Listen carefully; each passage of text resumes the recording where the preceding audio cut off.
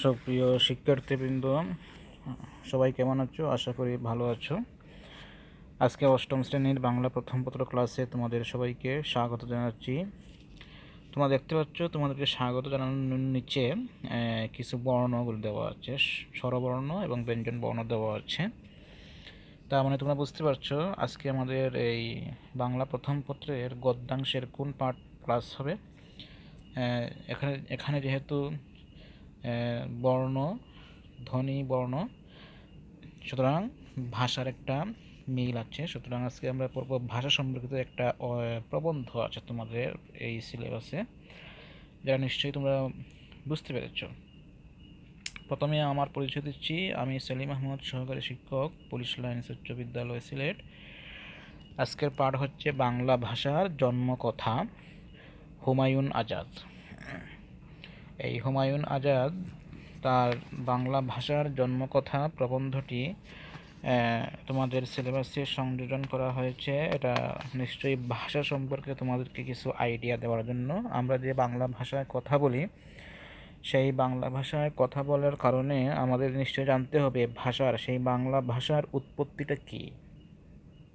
তাই আমাদের বাংলা ভাষার উৎপত্তি যদি না জানি, আমাদের কিন্তু জানার জগৎ অনেক গ্যাপ রয়ে যাবে, শূন্যতা রয়ে যাবে। সেজন্য আমাদের জানতে হবে, এই চ্যাপ্টারটা খুবই গুরুত্বপূর্ণ। বাংলা ভাষার জন্মকথা আমাদের জানতে হবে। বাংলা ভাষাটা আসলে কোত্থেকে জন্ম হয়েছে, তার উৎপত্তি কিভাবে হয়েছে, তার ক্রমবিকাশ কিভাবে হয়েছে, বর্তমানে এসে আমরা যে বাংলা ভাষার কথা বলতেছি সেটার ধারাবাহিকতা কিভাবে আসলো, সেটা আজকে আমাদের ক্লাসে পড়ব। মোটামুটি এই প্রবন্ধটা পড়লে যে সমস্ত বিষয় জানবে সেটা আমি এখানে সংযোজন করেছি। এটা আসলে দেখার বিষয় নয় তোমাদের। প্রথমে আমরা এই লেখক সম্পর্কে একটু জানি, হুমায়ুন আজাদ। আমরা প্রত্যেক পাঠ পড়ার আগে লেখক সম্পর্কে আমরা একটু পড়ি। যে হুমায়ুন আজাদের জন্ম হচ্ছে 1947 সালে। তার জন্মস্থান হচ্ছে মুন্সিগঞ্জ, শ্রীনগর, বারিখাল। তারপরে কর্মজীবন হচ্ছে ঢাকা বিশ্ববিদ্যালয়। তারপরে তিনি অনেকগুলো গ্রন্থ লিখেছেন, কাব্যগ্রন্থ লিখেছেন। এরপরে খ্যাতি অর্জন করেছেন একটা পরিচয়ে, তিনি হচ্ছেন ভাষা ও সাহিত্যের গবেষক। তিনি ভাষা ও সাহিত্য নিয়ে অনেক গবেষণা করেছেন। এরপরে বাংলা একাডেমি পুরস্কার পেয়েছেন। এরপরে 2004 সালের 12ই আগস্ট জার্মানির মিউনিকে তার মৃত্যু হয়। এই হচ্ছে লেখক সম্পর্কে, তোমরা সেগুলো জানবে, তার জন্ম, মৃত্যু, তার কর্মজীবন, তার পেশা, তার রচনা, তার অর্জন, তারপরে তার মৃত্যু। এগুলো তোমাদেরকে অবশ্যই জানা লাগবে, এগুলো পড়ে নিও, বইয়ের মধ্যে বিস্তারিত আছে, পড়ে নিবে। এই যে দুইটা ছবি দেখতে পাচ্ছ, এই ছবি দুইটাই হচ্ছে হুমায়ুন আজাদের। অনেক সময় কিন্তু ছবি দেখে আমরা চিনি না, বিশেষ করে কাজী নজরুল ইসলামের ছবি, রবীন্দ্রনাথ ঠাকুরের ছবি, বা আরও অন্যান্য লেখক, কবি, সাহিত্যিকদের ছবি আমরা কিন্তু অনেকে চিনি না। তোমাদের বিভিন্ন জায়গায় কিন্তু কুইজ প্রতিযোগিতা হয়, ছবি দেখায় বলো তো এটা কার ছবি, ওইটা কার ছবি।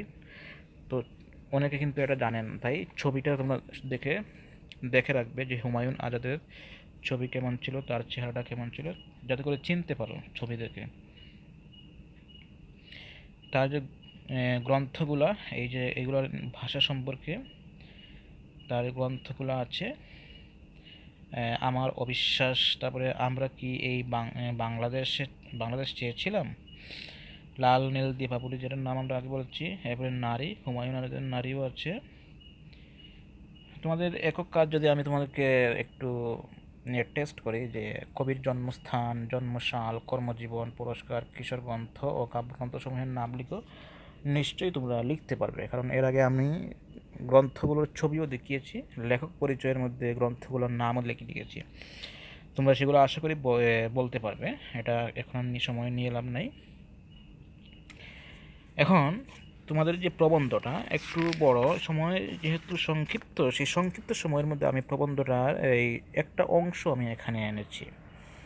সেই অংশের মধ্যে বলা আছে যে মানুষের যেরকম জন্ম হয়, প্রাণীর যেরকম জন্ম হয়, ভাষারও কিন্তু সেরকম জন্ম আছে, তবে কোনো মানুষের ঘরে নয়, গর্ভে নয়। মনে করো ভাষার বৈশিষ্ট্যই হচ্ছে পরিবর্তনশীলতা। আজকে যে ভাষাটা আমরা ব্যবহার করতেছি সেটা কিন্তু 10 বছর বা 1 যুগ আগে কিন্তু এই ভাষাটা ছিল না। বা আজ থেকে আরও এক যুগ পরে যে ভাষাটা আসবে সেটাও কিন্তু আজকের ভাষার মতো থাকবে না। এটা হচ্ছে ভাষার বৈশিষ্ট্য। ভাষার যে মূল যে ধারা সেটা কিন্তু ভাষা কিন্তু সবসময় এক জায়গায় স্থির থাকে না। নদীর স্রোতের মতো সবসময় কিন্তু বহমান, আজকে এক রূপ কালকে এক রূপ, এক এক জায়গায় গিয়ে এক এক রূপ লাভ করে। তাই ভাষার ভিন্নতা কিন্তু এটাই ভাষার বৈশিষ্ট্যের মধ্যে পড়ে। তাই এই ভাষার উৎপত্তি সম্পর্কে অনেকে বিভিন্ন মত দিয়েছেন।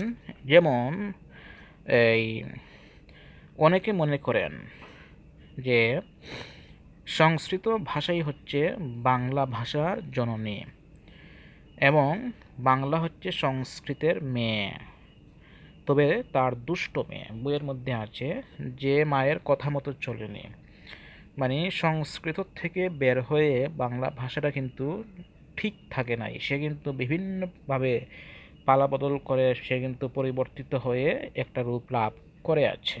এজন্য তাকে বলা হয়ে থাকে যে দুষ্ট মেয়ে। এই আবার আরেক দল মনে করে না, সংস্কৃত থেকে নয়, প্রাকৃত ভাষা থেকে। প্রাকৃত ভাষা হচ্ছে মানুষের দৈনন্দিন জীবনের কথ্য ভাষা, এটা মনে রাখবে।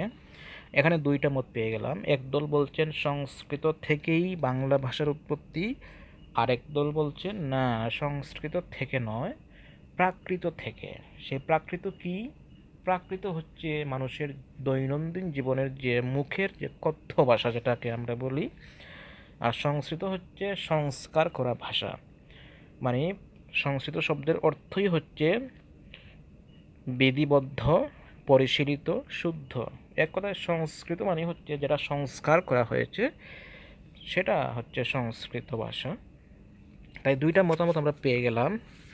আবার এই দুই মতের বাইরে আরও অনেকে মত দিয়েছেন যে প্রাকৃত কিন্তু ভারতবর্ষের বিভিন্ন অঞ্চলে কিন্তু প্রাকৃত ভাষা ছড়িয়ে ছিটিয়ে ছিল। হ্যাঁ, এটা কিন্তু অনেকে মতামত দিয়েছেন। আব্রাহাম গ্রিয়ারসন দিয়েছেন একটা মত। হ্যাঁ, তিনি বলছেন মাগধী প্রাকৃত থেকে এসেছে। আবার সুনীতি কুমার চট্টোপাধ্যায় বলেছেন যে এই বাংলা ভাষার ইতিহাস সম্পর্কে জানতে হলে আরও অনেক পিছনে যেতে হবে। তবে বিভিন্ন জনে বিভিন্ন মতামত দেওয়ার কারণে একটাই সিদ্ধান্ত হয়েছে, এটা নিয়ে কারো দ্বিমত নেই, বাংলা ভাষার মূল উৎপত্তি হচ্ছে ইন্দো ইউরোপীয় ভাষা। ইন্দো ইউরোপীয় বলতে ইন্ডিয়া থেকে ইউরোপ পর্যন্ত বিস্তৃত যে ভাষাগুলো ছিল তার একটা শাখা হচ্ছে বাংলা ভাষা। তাই এটা মনে রাখতে হবে আমাদের, ইন্দো এবং ইউরোপ, ইন্দো ইউরোপীয় ভাষা, ইন্দো এবং ইউরোপের মধ্যখানে যে ভাষাটা সেটার মধ্যে একটা শাখা হচ্ছে এই বাংলা ভাষা। তাই ভাষাবিদদের অনেকের ধারণা যে এই উৎপত্তি অবশ্যই ভিন্ন মত পোষণ করেছেন ডক্টর মোহাম্মদ শহীদুল্লাহ। তিনি বলছেন প্রাকৃতর নাম বলেন গৌরী প্রাকৃত। যে সুনীতি কুমার চট্টোপাধ্যায় মতামত দিয়েছিলেন যে মাগধী প্রাকৃত থেকে, আর ডক্টর মোহাম্মদ শহীদুল্লাহ বলেছেন গৌরী প্রাকৃত থেকে। এই গৌরী প্রাকৃতের একটা অংশ হচ্ছে গৌরী অপভ্রংশ, সেই গৌরী অপভ্রংশ থেকেই হচ্ছে বাংলা ভাষা। এইভাবে আমরা ভাষার উৎপত্তি জানি। ডক্টর মোহাম্মদ শহীদুল্লাহ, তারপরে Suniti Kumar Chattopadhyay, George Abraham Grierson, তারপরে প্রাচীন ভারতীয় আর্য ভাষার যে স্তরগুলো সেগুলো থেকে আমাদের বাংলা ভাষার উৎপত্তি সম্পর্কে বিভিন্ন মতামত আমরা পাই। তাই বাংলা ভাষার উৎপত্তি সম্পর্কে আমরা এই সমস্ত মতামতগুলো মনে রাখতে হবে। প্রবন্ধটা শুরু থেকে শেষ পর্যন্ত পড়লে বেশ কয়েকটা শব্দার্থ পাবে। হ্যাঁ, সেগুলো আমি এখানে সংযোজন করেছি। যেমন তরু অর্থ হচ্ছে বৃক্ষ, গাছ। শব্দের অর্থ হচ্ছে 100 বছর, কন্যা তো জানো মেয়ে। সংস্কৃত থেকে বাংলা শব্দের উৎপত্তি কীভাবে? দেখো তো, চক্র, এটা কিন্তু সংস্কৃত। চক্র থেকে চক্র, চক্র থেকে চাকা। সংস্কৃত থেকে কিন্তু পরিবর্তিত হয়ে বাংলা ভাষা। আবার প্রাকৃত থেকে কিন্তু চক্র থেকে সরাসরি চাকা হয়ে গেছে। আগে আমি দেখেছিলাম চক্র থেকে চক্র, এটা কিন্তু সংস্কৃত নিয়ম। সংস্কৃত কিন্তু সরাসরি মানে পরিমার্জিত হয়ে সংস্কার হয়ে আসছে, আর প্রাকৃত থেকে এটা সরাসরি চক্র থেকে ডাইরেক্ট চাকা হয়ে গেছে, প্রাকৃত থেকে বাংলা। এখানে দুইটা এই স্লাইড দিয়ে আমি বোঝাচ্ছি। মোটামুটি ভাষা সম্পর্কে এই আমার কথাগুলো একটু মনে রাখবে, আর এই বিভিন্ন ভাষাবিদদের যেসব সেগুলো তোমরা ধারণা দিবে, রাখবে, এবং এই পাঠের যে মূল সারসংক্ষেপগুলো সেগুলো তোমরা একটু দেখে নিবে। আমি এখানে এই সর্বশেষে তোমাদের বাড়ির কাজ হিসাবে সংযোজন করেছি বাংলা ভাষার উৎপত্তি ও বিকাশ নিয়ে পঠিত প্রবন্ধের আলোকে ভাষাতাত্ত্বিকদের মতামত আলোচনা করো। এই যে আমি ভাষাতাত্ত্বিকদের মতামতগুলো আমি যেগুলো কথাগুলো বললাম সেগুলো বইয়ের সাথে মিল রেখে তোমাদের বাড়ির কাজ হচ্ছে এই বাড়ির কাজটা করার আগে প্রবন্ধটা শুরু থেকে শেষ পর্যন্ত একটু পড়বে, আর আমার যে বক্তব্য যেটা দিয়েছিলাম উৎপত্তি সম্পর্কে সেটা মাথায় রাখবে।